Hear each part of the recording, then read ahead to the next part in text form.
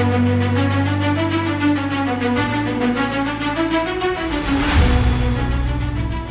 September 1945, Mayor A.G. Greenhalgh mendarat dalam senyap bersama pasukannya di lapangan terbang Kemayoran.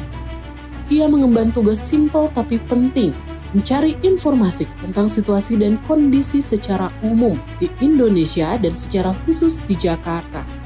Rombongan Greenhalgh diterima pasukan Jepang yang diperintah menjaga status quo usai menyerah kepada sekutu sebagai tamu pertama dari pihak sekutu.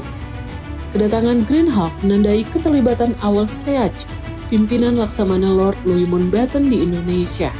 Setelah mendengar kabar Indonesia telah merdeka, Mountbatten pun mengirim pasukan untuk melihat situasi Indonesia dan untuk memulai misi Rapui. Misi Greenhalgh ke Jakarta setidaknya menghasilkan 3 poin utama. Pertama, informasi tentang gerakan dan sentimen anti-Belanda dan anti-Jepang dari pemimpin nasionalis Indonesia, tetapi tidak anti-sekutu.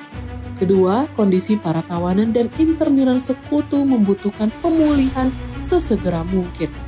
Lalu ketiga, saran agar tidak melibatkan Belanda dalam upaya Rapui untuk mencegah konflik dengan pihak Indonesia. Selain itu, Mountbatten juga mendapat laporan yang mengejutkan. Selain Indonesia telah memiliki aparat pemerintah yang lengkap, kekuasaan bala tentara Jepang juga telah berpindah ke tangan Republik Indonesia. Karena itu, Laksamana W.F. Patterson meminta kepada markas SEAC agar segera mendaratkan pasukan sekutu secara besar-besaran. Setelah Laksamana Mountbatten merevisi beberapa detail tugas AFNE, kekuatan penuh AFNE akhirnya tiba pada 29 September 1945 di Jakarta dan Surabaya. Mereka datang untuk menduduki kota-kota penting di Jawa dan Sumatera, yaitu Jakarta, Bandung, Semarang, dan Surabaya di Jawa, serta Medan, Padang, dan Palembang di Sumatera. Sementara itu, Panglima AFNE Jenderal Christison yang mengemban tugas Rapui baru tiba di Jakarta pada awal Oktober 1945. Untuk menjalankan tugasnya, ia menjalin komunikasi dengan perwakilan RI, tak peduli pihak Belanda tak mengakui proklamasi.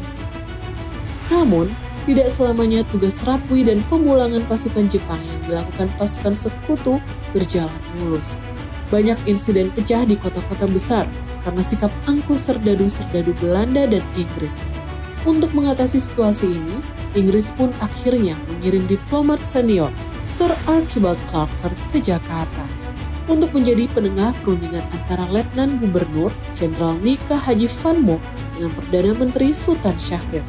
Kendati Jakarta dikosongkan dari unsur-unsur militer sebagai hasil perundingan 3 pihak itu, berbagai pertempuran di daerah lain terus bermunculan, seperti pertempuran Medan Area, pertempuran Surabaya, pertempuran Ambarawa, hingga pertempuran Sasak Kapuk di Bekasi.